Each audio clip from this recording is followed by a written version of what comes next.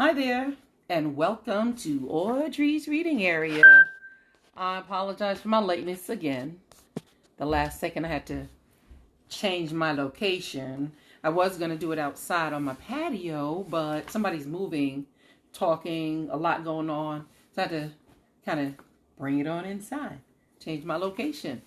But thank you for being here and supporting me. Yes, thank you for being here and listening and dealing with my lateness sometimes.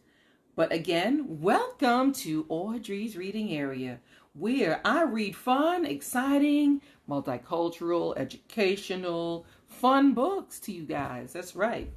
And inspirational, because guess what? Today is Inspirational Friday. Today's Inspirational Friday. Alexa, what time is Audrey's reading area? Audrey reads in her area at 5 o'clock p.m.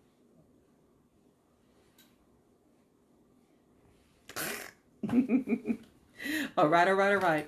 Today's Inspirational Friday, as you guys know. So I have a nice story from Bible days, Joshua at Jericho. Joshua at Jericho. Joshua at Jericho. This is taken from Stories from the Bible. Stories from the Bible. And I'll be reading, because there's quite a few stories in here, Joshua at Jericho. Now, this book, let's see if it says who wrote it. It says Joshua at Jericho. I don't see the writer of this book. I don't know why they don't put the writer of the book. It just says Stories from the Bible. Grandreams. Grandreams. Got a shout out to my mom, Bev, and my niece, Emlyn, who is here watching me and listening to me read fun and exciting books. This book was 1999, Grandreams Limited, published by Grandreams Limited, printed in Indonesia. Nice. Okay. Joshua at Jericho, you guys. Let's listen to this story. Joshua was now the leader of the 12 tribes of Israel, and it was to him that people looked. Joshua would lead the people across the river Jordan into Canaan. This land is yours, as promised to Jacob and Joseph, God told Joshua. The first city they saw was Jericho. Joshua sent 2 spies into the city to see how prepared it was. Jericho was a great walled city and was very old. 2 spies were in the city and nearing the city walls when they met a woman called Rahab.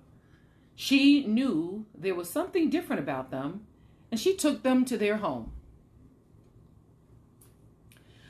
Word reached the king of Jericho that there were 2 men of Israel in the city and that they were at the house of Rahab. Some say Rahab. He sent soldiers to capture the men, but Rahab hid the 2 spies on her roof. Bring out the 2 men of Israel, the soldiers ordered Rahab. They have been sent to spy on us and the city. 2 men were here earlier, said Rahab. I didn't know where they were from. They left here just before the city gate closed for the night. It says, you may still catch them on the road if you go quickly. The soldiers left, hurrying to the city gate. The gate was open for them, and they rushed for the fords of the river Jordan. The gate closed quickly behind them.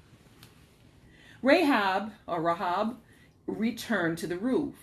We have heard of your coming for many months and how you have defeated the armies, kings, and cities. It is said that your God has given you this land. We heard of the parting of the Red Sea and the defeat of Pharaoh. There is no courage in any man in the city, as it seems that all fall before you. You will now take Jericho. Swear to me by your Lord that I have treated you well, that I have helped you. When you come to Jericho again, treat me well and show mercy to me and my family. "We promise, if you do not tell of us, we will show mercy to this house," said the 2 men. Rahab was happy with their promise, and taking them to a window in their house that was in the city wall, let them down to the ground below. "Hide in the hills for 3 days." She advised the 2 spies. "The soldiers will return, and you can then go on your way." The 2 men gave Rahab a scarlet cord. "Tie this to the window in the city wall," said the men. "Bring all your family to this house and keep them here. Don't let anyone go beyond the gate, or they shall be killed. Stay in the house, and you will be safe." Rahab tied the scarlet cord to the window. The 2 spies did as Rahab advised and hid in the hills for 3 days until all the signs of pursuit had gone. They then returned to Joshua with news of how scared the people of Jericho were. Joshua and the tribes of Israel crossed the Jordan into Canaan and camped near Jericho. God gave Joshua his instructions for taking the city of Jericho. On the first day, Joshua ordered that 7 priests, each bearing a ram's horn trumpet, would walk in front of the army around the city of Jericho. "You will walk around the city once, and you must not say a word until the day I tell you to shout," Joshua told the soldiers. The priests led, and the vast army followed. Not a word was spoken while the horns were blown continuously. On the second day, the priests, blowing the trumpets, walked once around the city. Went around the whole city one time. The priests led the army around the city for 6 days. On the 7th day, the priests were to lead the army 7 times around the city. The priests will make a long blast on the trumpets, and then the people of Israel shall shout, Joshua told the army. "The city will then be yours. All within the city shall be destroyed, except for those of Rahab, in the house of Rahab, who helped our men while in the city." The priests and the army marched, and on the 7th passing of the city, the city gate, the trumpets blew one long blast, and people of Israel gave a great shout. The walls of the city fell down flat, and the army rushed into the city, killing all before them. Yes, killing all before them.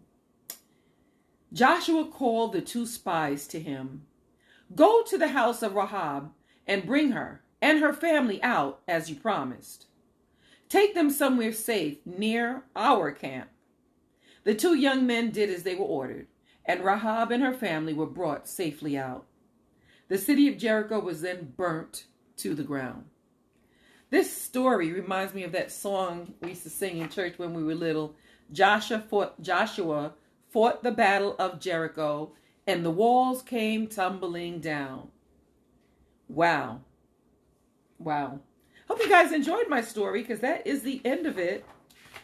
That's the end of my story. So she helped them and rejoiced, and so her life and her family were spared. Anybody she brought into her house, the house where the cord hang from the window, they were spared and they were saved. All right. So now, I'm going to ask you to click like and hit share. And then when this video is finished, I'm going to place a link up there above me. And I want you to just click it. And then it's going to take you to Audrey's Reading Area on YouTube. And all you got to do is smash. I said smash.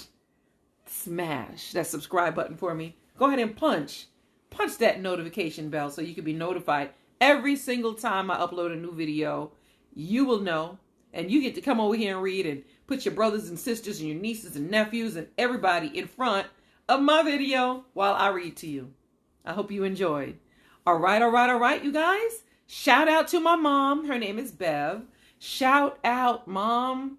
Thank you so much for being here every day and showing support. W. Henry Eccleston. Thank you. Thanks for being here. I hope you enjoyed my reading. Yes, Thank you, thank you, thank you. I hope you enjoyed my reading. I will see you guys Monday. Monday's a holiday, but I'll still be here.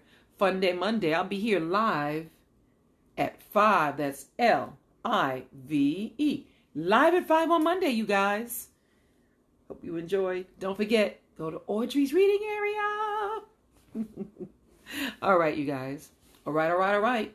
Oh, shout out to my cousin Elliot and my girl Victoria, who always share my videos. Thank you. Thank you for everyone's love and support. Cece, thank you. Sylvia, thank you. Shout out to everyone. Shout out. My sister Rita for being here a lot. She comes a lot and listens to me read. Who else? Michelle Buchanan, thank you. Who else comes on here? You know I love you and I really thank you, even if I forgot your name. But thank you so much for being here.